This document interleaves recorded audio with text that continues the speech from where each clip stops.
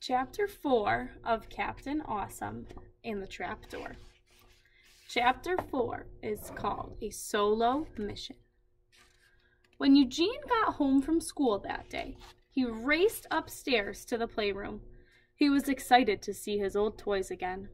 "We're going to find them, Bunky Buddy, and have the best afternoon ever."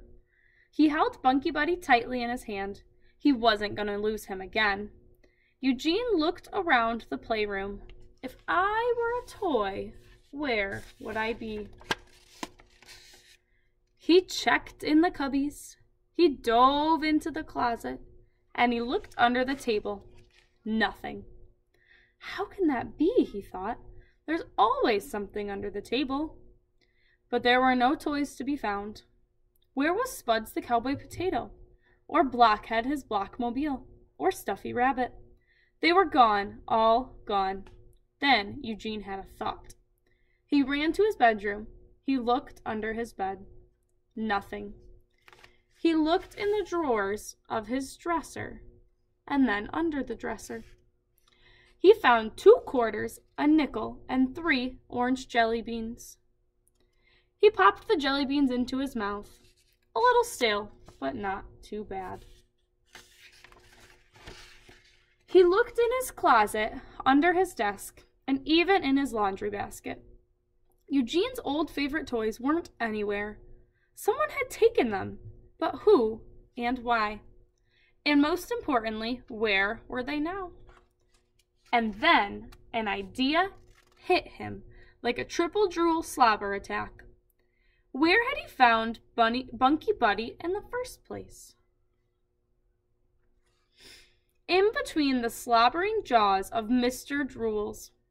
So if Mr. Drools had Bunky Buddy, did that mean Mr. Drools had all of Eugene's toys?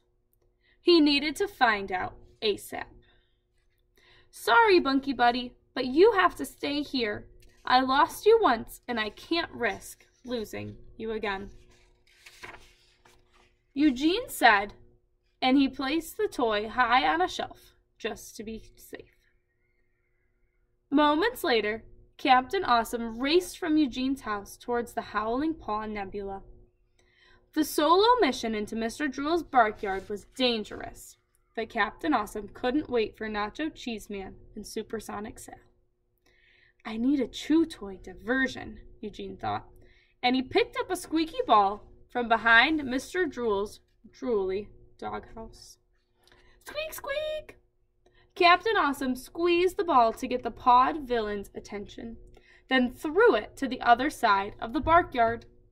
And the plan worked. Mr. Drools ran out from his drooly doghouse in pursuit. "Time to get my toys back," Captain Awesome declared. He dove into the doghouse. Shock! Surprise! Other than a few chew toys, a stinky old bone, and what was probably a shoe at one time, the drooly doghouse was empty. There were no toys. Howl! Uh-oh, thought Captain Awesome. Have to escape? Now! Captain Awesome scrambled from the drooly doghouse, and just in time. Mr. Drools was clamping back towards his doghouse. "That's the last time I go in the barkyard alone and risk getting slobified," Captain Awesome thought. "But if Mr. Drools doesn't have my toys, then who does?" That is the end of Chapter 4.